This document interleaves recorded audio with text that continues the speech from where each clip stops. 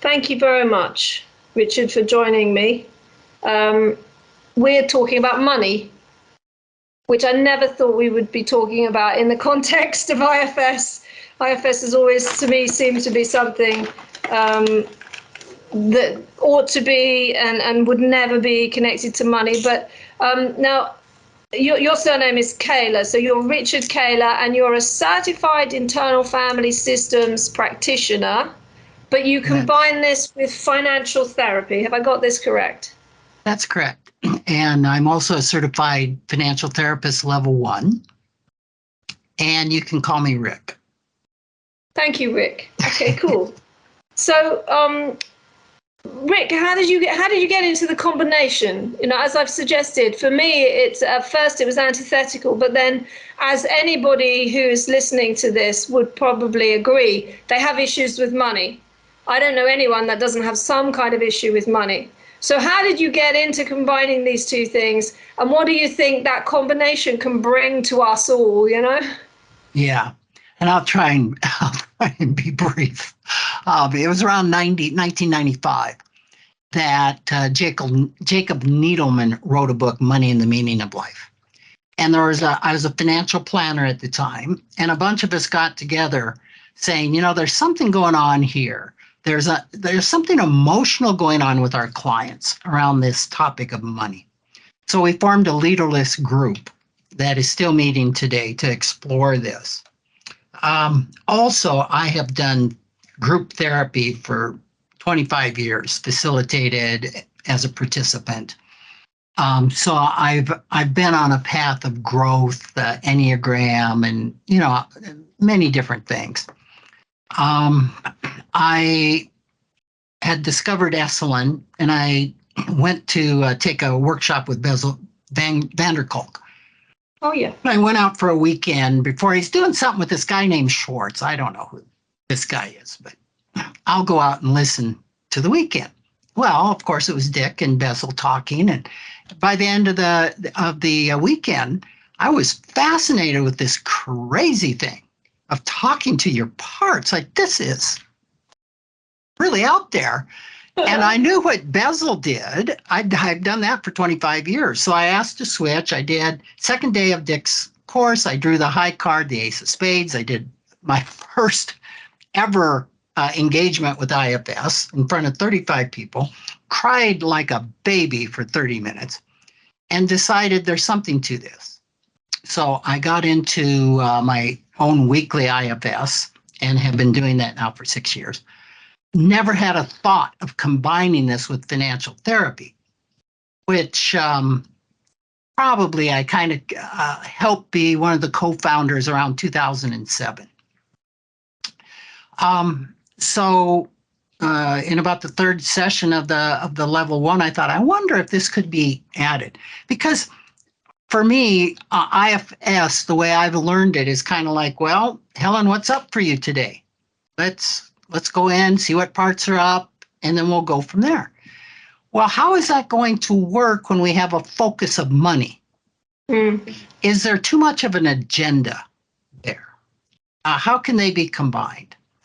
So I started playing around with that with a lot of my classmates from my level 1, and have come to the conclusion, yeah, this can work. And in fact, I've seen people progress faster on their money issues when using IFS than not. So it can be a wonderful modality of addressing money issues. And money issues surface when we're stuck, or there's trailheads around money, or I can't save, or I can't get a will drawn, or like you said, we all have money issues. And in the research that we've done, the average person has 50 to 200, and I'll call them money burdens. Wow. So we kind of come at this backwards from IFS, where we have some evaluations and some intakes that we give. The KSMI R is one that really surface what we've called in our work money scripts. But money scripts. well, those things, the sheets that you sent me before we were Yes. meeting today, they seem to me quite benign. I just ticked some boxes. I didn't think much of it. But are you reading from that quite a story of what's going on inside me with the parts and the attitudes that they might have? Yeah, it gives me a little glimpse into your system and how some of the parts are aligned and what's up for them. It's a treasure trove to begin with. So really, we've surfaced the money burdens of parts, and we can go to those parts then in a real typical IFS fashion. I do some meditations around those. We could do one of those. We could do a part session where we go to the part, and typically those burdens are often from protectors. And they've, just like any other burden, any other belief, they have those beliefs which were typically formed in childhood, which were typically the cause of some type of trauma. And they are there for the best of intentions. The deal is that life has changed and the burdens didn't, the extreme beliefs didn't, just like any burden with IFS. This is all the sort of classic IFS model, but in this sense, it's being applied specifically to the finances. I mean, my parts, if I'm going to use the IFS language, my parts are super keen to talk to you. They feel like they're coming to this window of opportunity, full of desire to chat their stuff into the open. If I were to sort of say some of the stuff I think they want to express, could we see what we do or get to, and let's do a mini kind of exploration? And is that possible? Should we try it? Sure. Okay.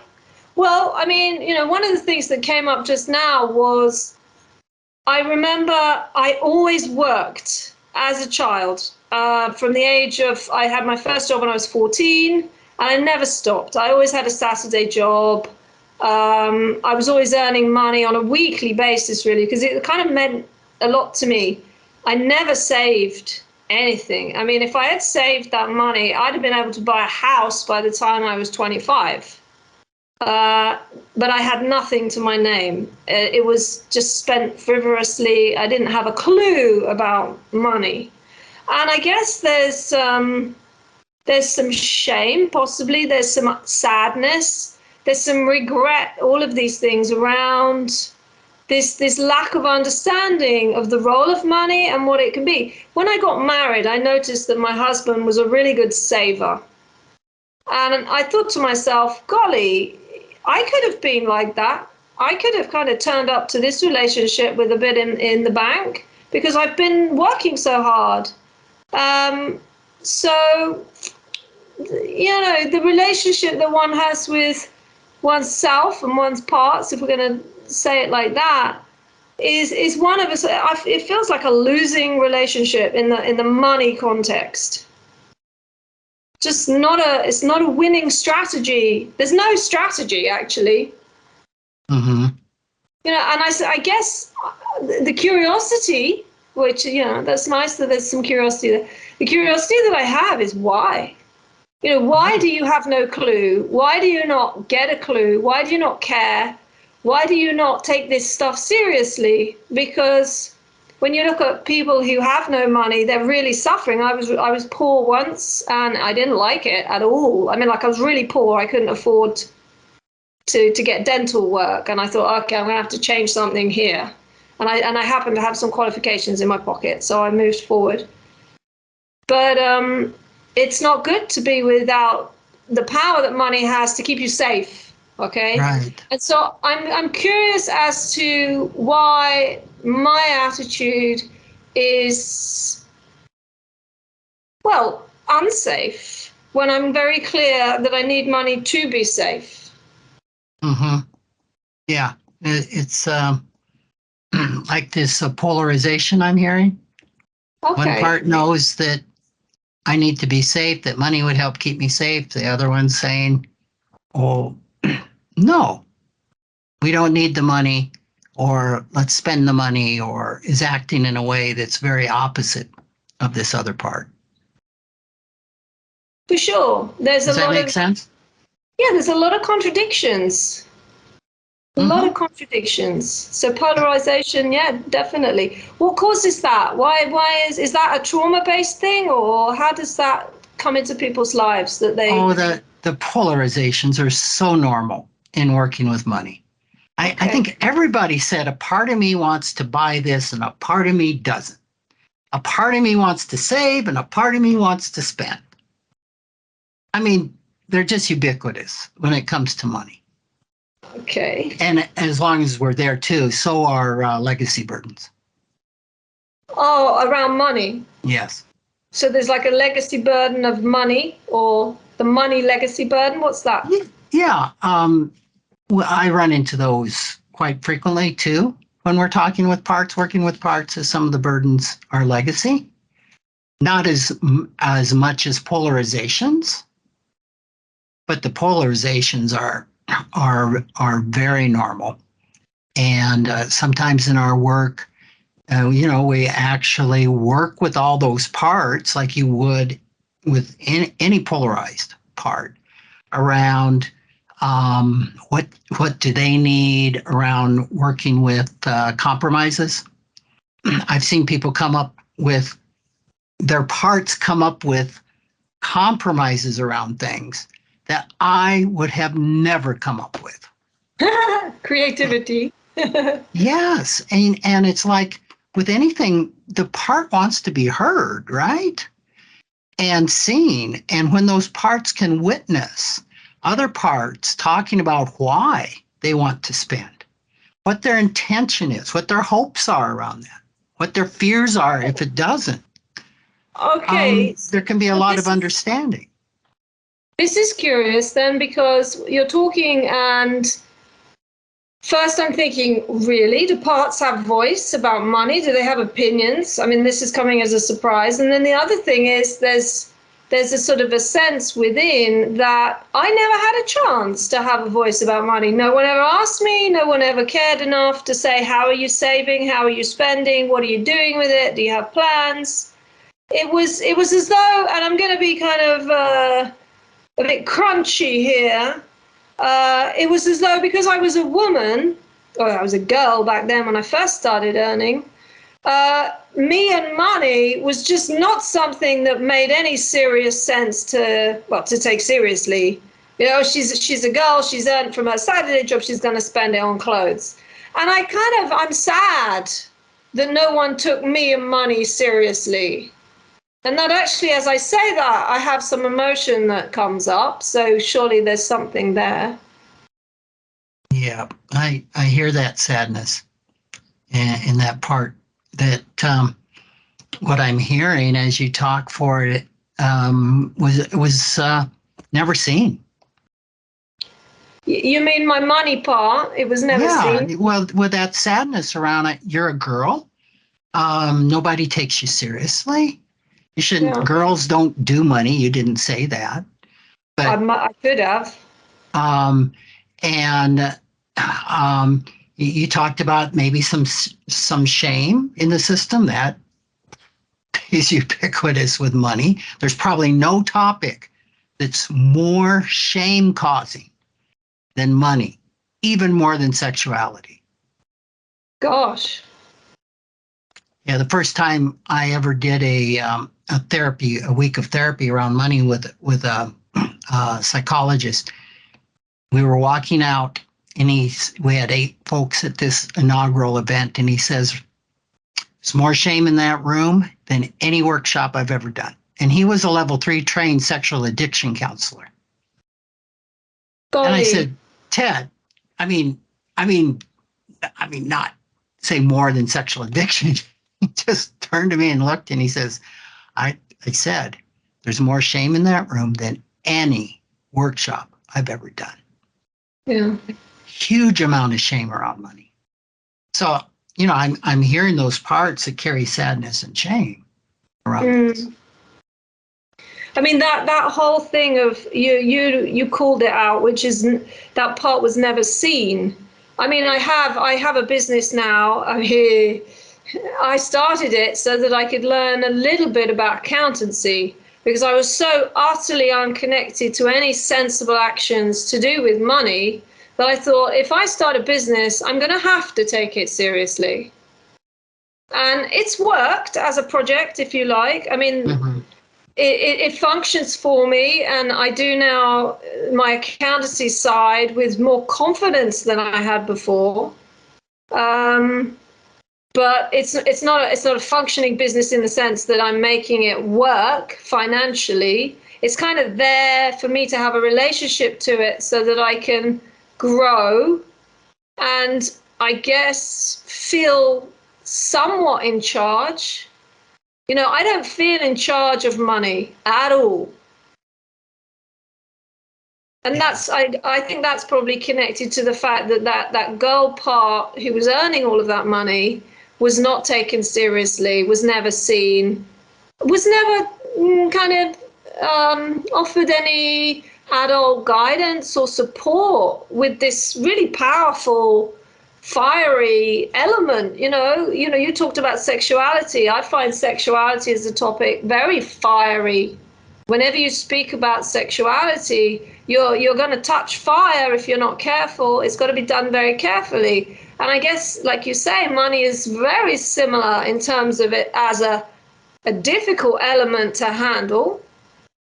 So is that part of why that girl who was earning all that money didn't get talked to? I don't know. Well, this is so common, Helen, and if we were talking to that part or in whatever relationship, I would want it to know that it was so normal that it wasn't taught anything. This is so typical of most families. Right. And in many families, when money was talked about, it was talked about inappropriately. We had a term that we originally called financial incest. We don't use it because it's such a charged term, but it's inappropriate discussions with children around money. Do you mean parents talking about their money problems in front of children? And talking about a spouse's money problems, or in divorce, this happens a lot. Okay. So oftentimes, if there's any talk, it's hurtful talk rather than instruction talk. And so these parts, as you're expressing, nobody was there for them. There was no adult in the room helping them emotionally or helping them with literacy around money, letting them know what this was. And you talked about how powerful this is. I think money is the most powerful secular force on the planet. It touches everything we do. And yet and money skills, and I would also let this part know, money skills aren't natural. Money isn't in nature. Money's man-made. Mm-hmm, mm-hmm. And so the skills are not intuitive. They've got to be learned. That's very interesting. So here you have this part, and it started working at 14 years old and spent everything. Nobody was instructing this part about what compound interest could do or what savings could do or how this could impact your life. Yeah, no, and I suppose I got a taste of the money skill set because I was watching my husband know these things, and it fascinated me. And I thought, wait a minute, what do you know that I don't know? And where did you get that information from? And look how you're using it, and you're paying quite a lot of attention to these things. And then, of course, that whole shame thing came in, or a sort of judgment thing, because I'd been taught to not think about money and not pay attention. It was rude. So when I saw him paying attention, I thought, oh, well, what kind of person are you? Right? Well, I've seen what kind of a person who pays attention to money is. It's somebody who can help to create a safe environment for their family, for example, as one observation. And I feel inadequate in the face of his skill set. So there's sort of, it's like an educational shame, right? But this is nobody's fault. It's not my fault. It's not anyone's fault that schools, parents, society do not bust through. And again, in the same way we can compare to sexuality, that's also a silence. And so isn't it crazy? It's strange that money is such a silence, and yet it is everywhere. And it is, like you say, the biggest secular force. Yeah, the money skills are a 21st century survival skill. I live in the Dakotas of the USA, and 150 years ago, you didn't need money to live here. But you did need to know how to hunt, how to build, how to sew, how to cook, all of these skills. But today, if a person doesn't have money skills, it's literally boils down to life and death. It can be, yeah, granted. I mean, I have heard, especially with climate crisis issues, post-COVID attitudes, lots of people are very concerned about the prevalence and the power of money and how it circulates. Because, for example, Chase Morgan Bank and the guy who chained himself to the door saying Chase Morgan Bank fuels the fossil fuel industry, and I need to protest against this because nobody's listening to what's going to happen to the world. And they talk about the overturning of capitalism as the way forward, etc. And so it's, without me, I don't know any answers. And honestly, it's probably so complicated. You only know a few in comparison to the extremity of the dynamic and the situation. But how do we live well, and how do we be our best selves when money is implicated in so many ethical, moral, kind of globally important issues that we want to take seriously? It's almost like money's the last thing on our list to take seriously when we're going to fry to death. We want to take nature seriously, but so what order does all of this come in? And how can we use money responsibly so that we can help the planet, which is in dire straits because of money? There's a lot to unpack there. I would suggest that money just is. Money is not positive, it's not negative. Money is just this vehicle. It is what we project onto money that makes the difference or hurts. It's how we use money that hurts. It's how we use money that helps.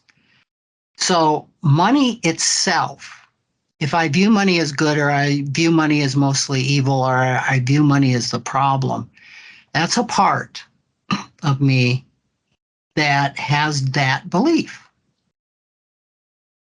I like to, and I think maybe some of the folks listening to this that can tend to be more therapists might be able to understand that I equate money to feelings. Okay. Feelings, when I say I have a bad feeling, or feelings are negative, most therapists are going to go, wait.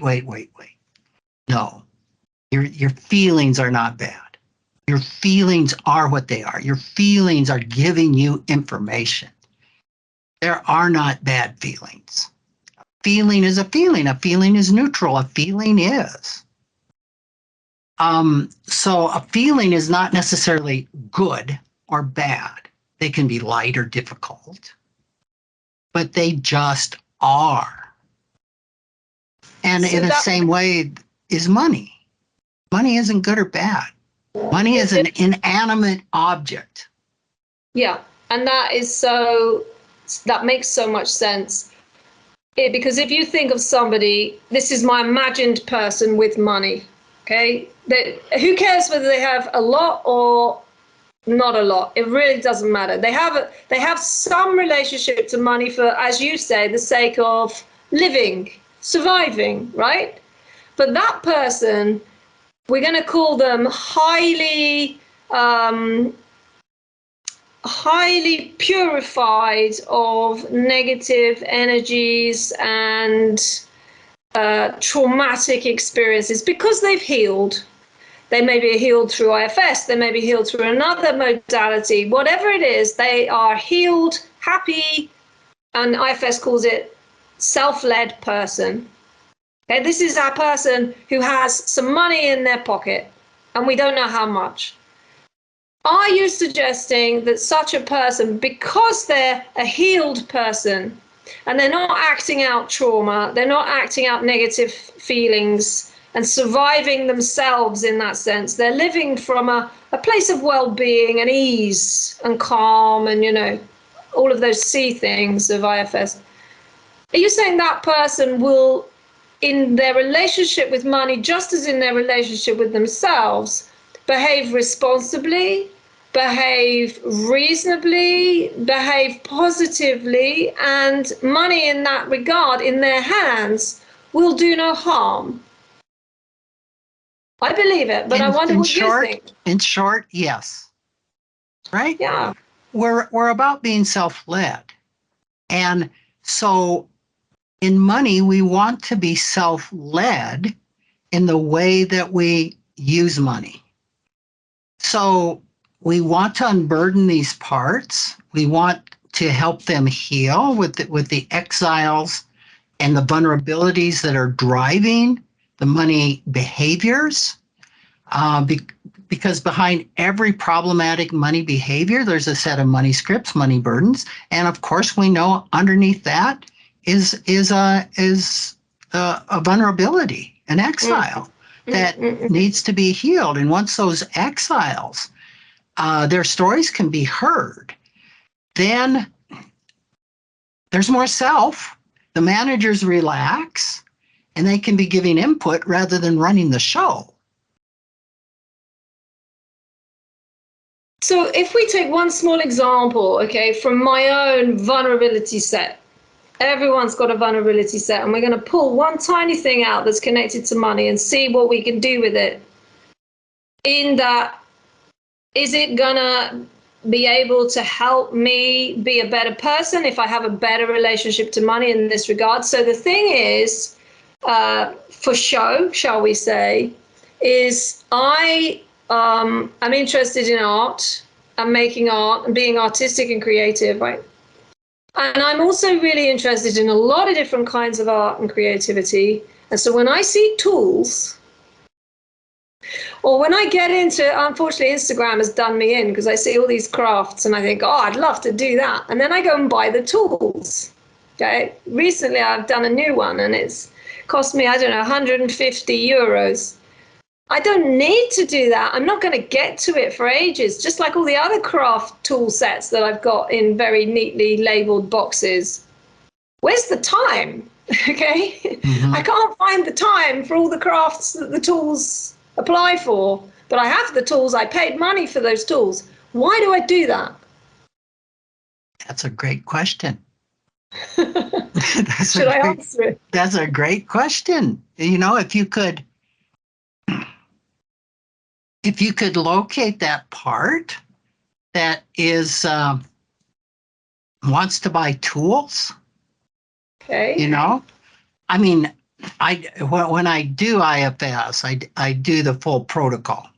So I don't know, we probably don't have 60 minutes to do a full protocol. So if you could go to that part and ask it. Why? Well, it's really happy to speak already. What it's saying is, I do it because I'm happy. It makes me happy. Yeah. I'm happy that I can get into the crafts, and I love having the tools because it means that I can do the crafts because I have the tools. Mm-hmm. And I just have a feeling of happiness about all of that. Now, on the other hand, the money that I spend, is money that I would be better to save and wait for a space and time in my life when I could use the tools that arrive through the post. So there's one part that says if we could save that money, we'd be better off. Sure. Right? And there's the other part that says, well, if we spend the money, I'm happy. Actually, it's not if we spend the money, it's the whole process of discovering the craft, looking up the tools that are required, and then the joy in being empowered by having the tools. It's almost like I don't have to do the craft. And I do need some money to have the tools so that one day, if I so choose, I can do the craft. I'm not blocked. Right. And certainly I think my system gives in to the buy the tools part because it wants that part. I don't know, maybe you can tell me. It wants that part, or it wants my system to be happy, and tools are the answer. Or at least they are I think in IFS you could say they're a firefighter. It cheers me up a lot, or it makes my life meaningful or worth living, that I'm a tool person. I don't know. Yeah, I would ask. Well, there's a couple ways to go with this. I would ask that part what its hopes are. Maybe we should go with what its fears are. What are its fears if it didn't buy the tools? Right. Okay. Well, I hope that people who are watching this can sort of look at their own tool type buying behavior and ask also, what are your fears if you don't buy the tools or the car or the bike or the ice skates or whatever they are. Okay. My fear if I don't buy the tools.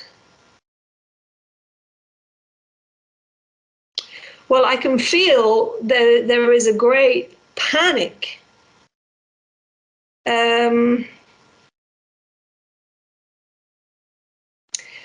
It would be that I would die before doing art, something like that. Okay. And there's a backstory to this, which is that I realized when I was 16, having chosen the wrong A levels, which is the sort of the qualification in England of that time, that I hadn't chosen art. In fact, I'd missed the art boat, and that was a big mistake. And I tried to go back and speak to the teacher and get back on the art track. And she says, no, you haven't got the relevant prior qualifications. You can't do it. And then ever since then, there was this sort of niggling feeling that I was on the wrong track. Then I asked my parents, can I go to art college? They said, you can't earn money as an artist. So I ended up going to university doing an academic degree. Then I met some artists and I got blown away. I thought that they've got the life that I want. And then I went to Paris to be an artist. And I didn't have a clue what I was doing, but I certainly went to Paris to try and be an artist. Then I got some very menial jobs in order to be an artist. Then I became a teacher in order to be an artist. I have never been a proper professional artist, ever. And now I'm coming up for 50, and I'm kind of hoping that I might get a chance one day soon. Right. So being an artist sounds like it's really, really core to a part. Which is strange because I've never been an artist, and I don't take it as something that I could ever do seriously. Yeah, really. so I'd be very curious with that part as to what does it mean to be an artist? Myself? Okay. And what just exploring, you said that there's this panic that sits in when you think of not spending the money for the tools. Now that sounds really key. Well, I'm having a difficult time not crying. We're on this recorded Zoom, so I'm sort of stopping myself from bursting into tears. People have to imagine me, in full floods. And it's okay. It's just okay enough to know about that part, because if we were doing a part session, we'd be talking to that protector. And this is getting a little analytical, okay? Because I wouldn't do this in a part session. but we have this protector that's buying tools for this part. It's true. So it won't panic, right? And there's probably some difficult emotions that a part is having. That's very true when you say there's a protector who's buying tools for a part, okay? It is as though someone is buying me tools. Yeah. Yeah. Well, thank you very much. I mean, I love them and I enjoy receiving them, and I'm going to be thrilled when I can get to use them. Right. And with the best of intentions, because this part is buying the tools. The tools are not today being used. You have another part going, why are we buying tools that we're not using? I don't listen to that part, because I have a full rationale why we're buying the tools, because one day I'm going to fulfill my dream. Right. Everything I'm planning, the planning involved is just massive. And all of these tools are being carefully stored for the one, and I know this is very strange, but they're being carefully stored for the one day when I will have the time to be free to make art. I mean, I do a little bit now already, right? But I've got big plans of some kind somewhere that are just waiting to come out. Right. And this was the other direction that I was thinking of too, is we have this other part that's being pushed aside by the tool buying part that we don't want to listen to you. Go away, that part of you that says, well, look at what we could be using this money for.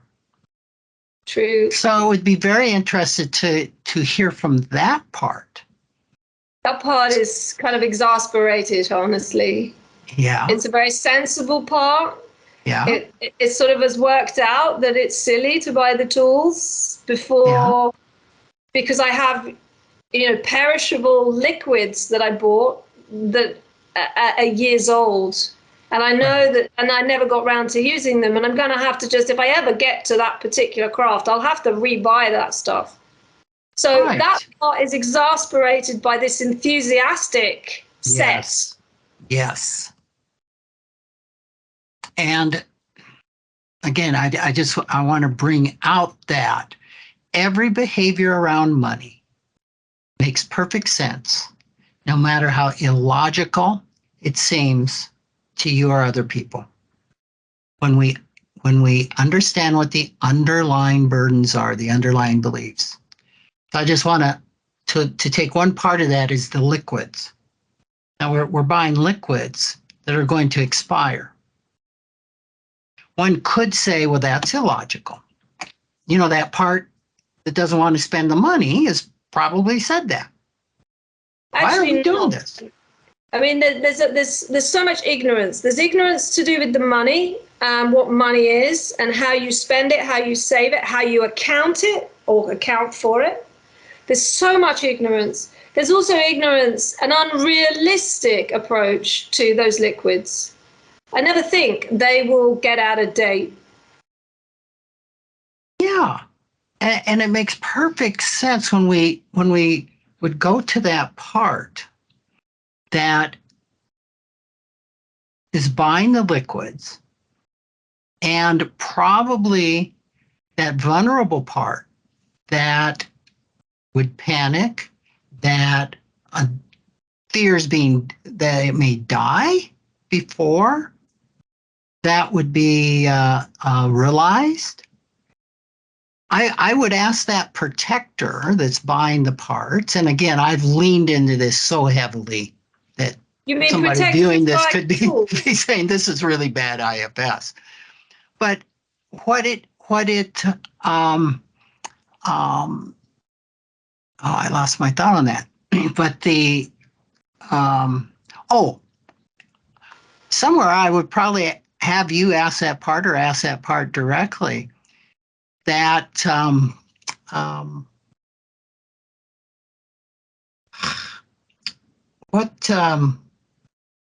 what's it protecting me from? What would happen? Well, what would happen if that part wouldn't panic? what would happen if the part wasn't panicked about becoming an artist or experiencing that? And if it's tired of its job? But how would it feel if this panic wasn't in the system? Would it have to buy tools?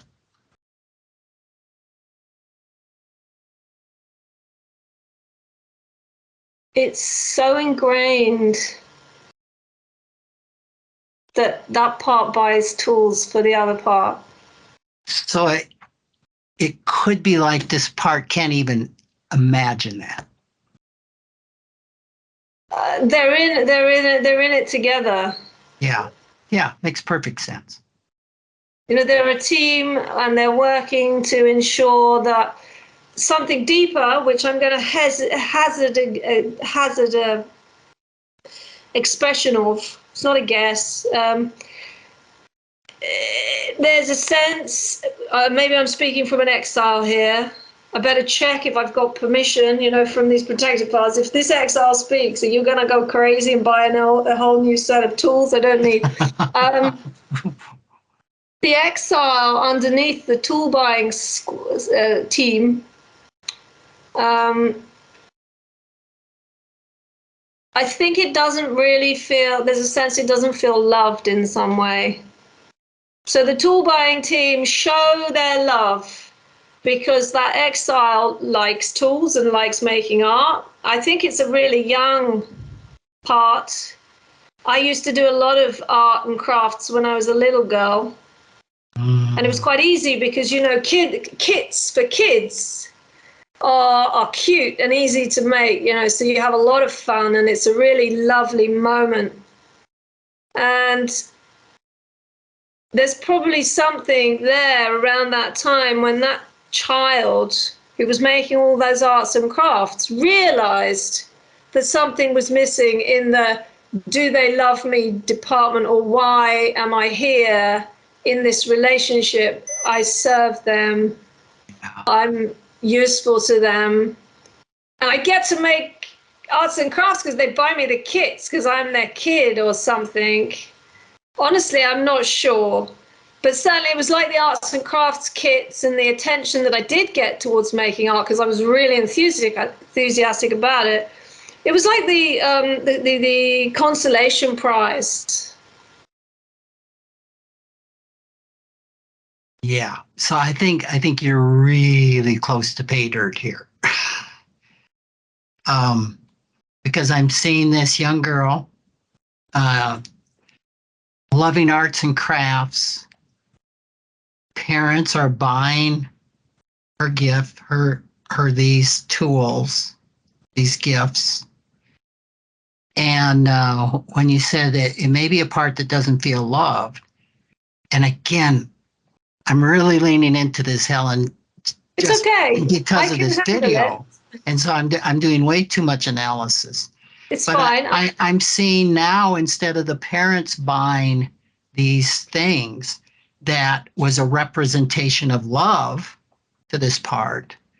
Oh, you. This other part now is taking the place of the parents buying the tools that represent the love.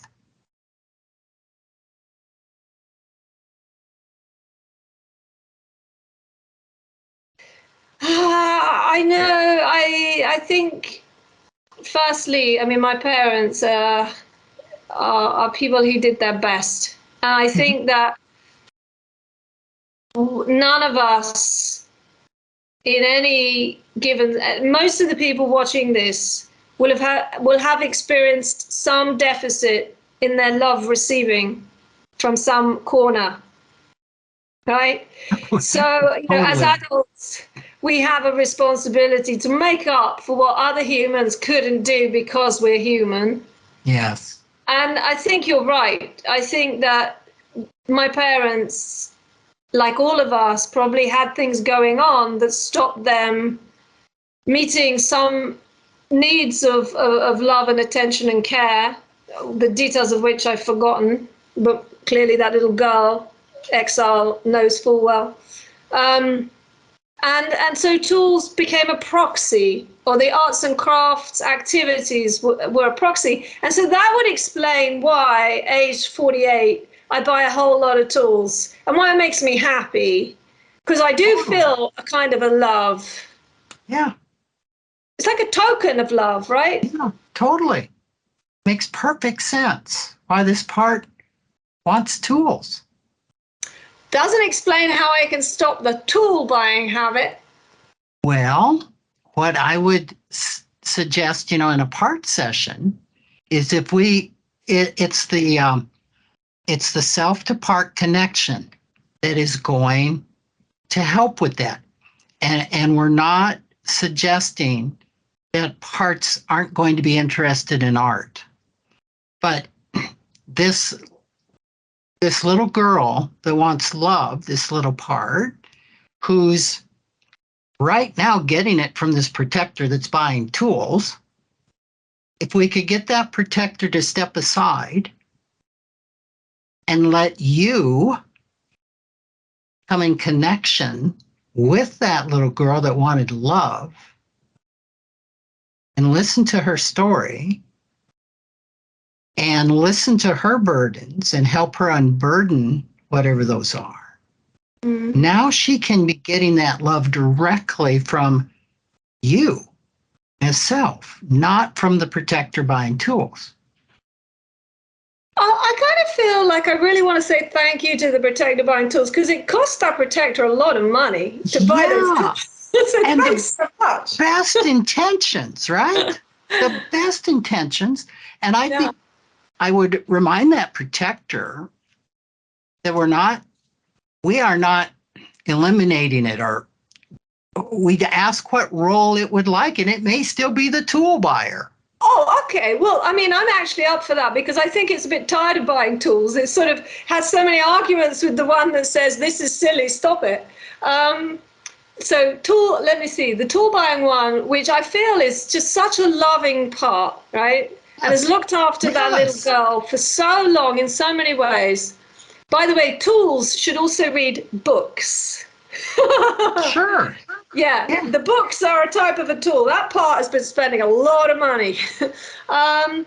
So thank you for the books. Thank you for the tools.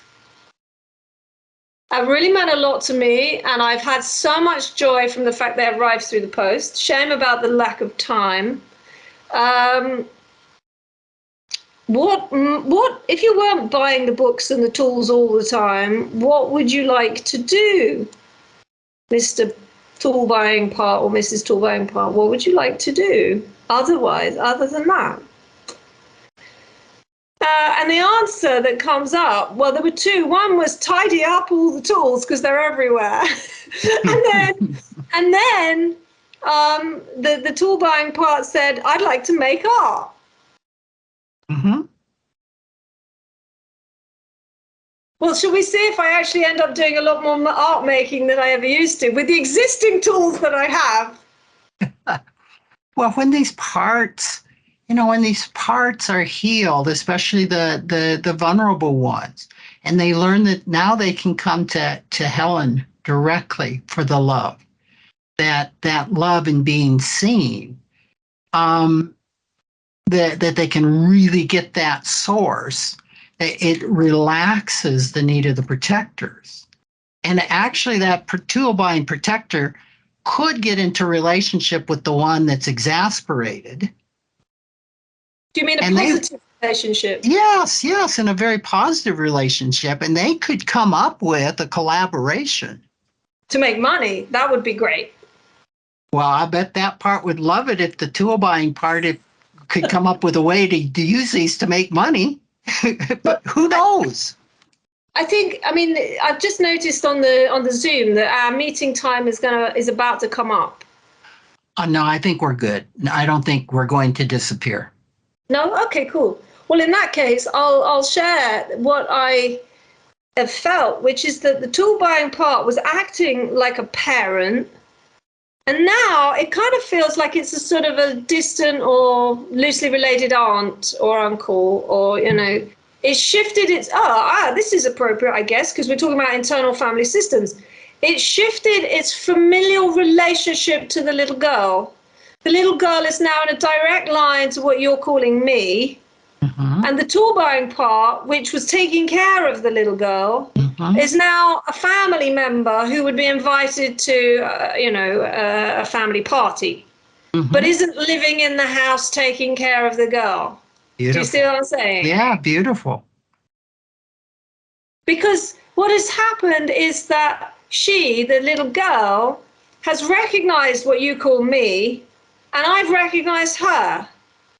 And the tool buying part has sort of stepped aside and is watching that new evolution, and is very glad, I mean, very happy about that, and doesn't want to buy tools anymore, actually. If I ask it, it doesn't have that same impulse to buy the tools, honestly. Yeah. Yeah. It does all feel like a bit of a karma scene. Oh, that's beautiful. I think so. It's going to save me a bunch of money. Yeah. I mean, that's exactly how it works. Ah. So that's what we're talking about responsible money relationships, because parts of us get healed and the whole family system gets rearranged in a more self-led way, right? Yes, totally. Absolutely. And next time, I mean, when there's a tool that's needed, there could be a completely different dynamic that's going on. But I can tell you already. You said when there's a tool that's needed, and suddenly the one that you call the criticizer, right? suddenly started saying, yes, but we're going to be much more sensible this time, aren't we? We're not going to launch in. And there was kind of an agreement. There was no tension. That's what I'm sort of trying to. Yeah, I mean, it was just a much more sort of adult. Yes. Oh, that works. It was a more adult thing that suddenly emerged as a response to what you said about the possibility of buying a tool. Right. They can be in consultation with each other. Oh, this is cool. So, well, thank you. Thank you so much, Rick. I mean, this is a tool buying solution. And as a kind of a mini example, how can people do this for themselves? So they identify their sort of the habit that they know that they have that they probably shouldn't have, because there's that polarization they've identified. How can they, you've been a friend to my parts in this session to help my parts feel supported whilst they saw each other and rearranged their dynamic. How can people who don't have a friend like you do that for themselves? Well, to the degree you can do IFS for yourself, you can do this. And I think that can be difficult. I mean, I know IFS. I've known it for 6 years or so, and I still do weekly sessions, right? Because it's just so much easier to let my therapist guide things so I can relax. But it's much what we went through in just really taking time to be at those parts, separating, unblending, and becoming curious. Tell me more about what you're doing, and tell me more about why, and tell me more about what the hopes and fears are. And eventually finding those exiles that those protectors are protecting with the spending habits. And I could go into all sorts of war stories of why people spend. It's amazing when we follow that back to the original trauma. And when we deal with that trauma and unburden it, I've had people that haven't been able to save. Once we unburdened the exile behind that, 2 weeks later, said, well, saving isn't a problem anymore. She just put 50% down on a car and is an IFS therapist and is starting to save for retirement. So anyway, I'm getting off the track of how can you do it yourself. It's just start that curiosity process of interviewing your parts. I think what I encountered with what you did, and maybe if people can find a friend and specific anyone, a friend or even a family member, if there's a positive dynamic between them, maybe they could say there are two things. One is those people need to have the concepts of IFS at a basic level so they can play this game, right? That's the first thing.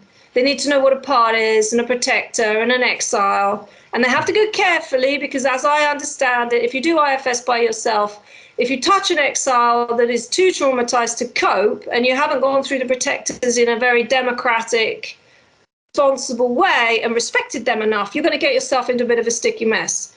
So first of all, that whole sort of attitude to IFS as something which is really powerful if you're going to use it right, and really powerful if you're going to use it wrong. So, use it the best way you can. That's the first thing. Concepts need to be there. Second is, the thing that I've recognized in what you were doing is you were kind enough, and this is something to do with personality, it's also something to do with generosity and training probably, or education as I would call it, because you've done the education of the IFS modality, is to approach the game of entering into IFS concepts with a loving attention to what you may find, what may be there, a non-judgmental loving attention.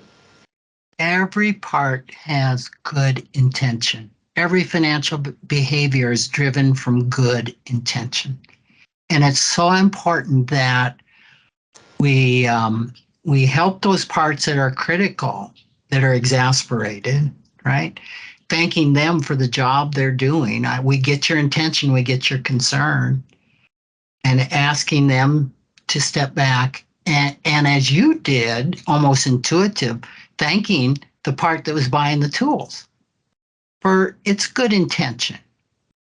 There are no bad parts here. And bringing good intention to the system can really liberate it. So to close this, because actually for me, this has gone very quickly. I hope it's an enjoyable watch for people. And have you found it an interesting thing to do, Rick? You mean the IFS with the financial therapy? No, I mean this actual session. Has it gone quickly for you? This has been a very unique session because we didn't do a traditional part session, and yet your parts were very attentive. It's been enjoyable, and I'm kind of fascinated by it, quite frankly. Huh.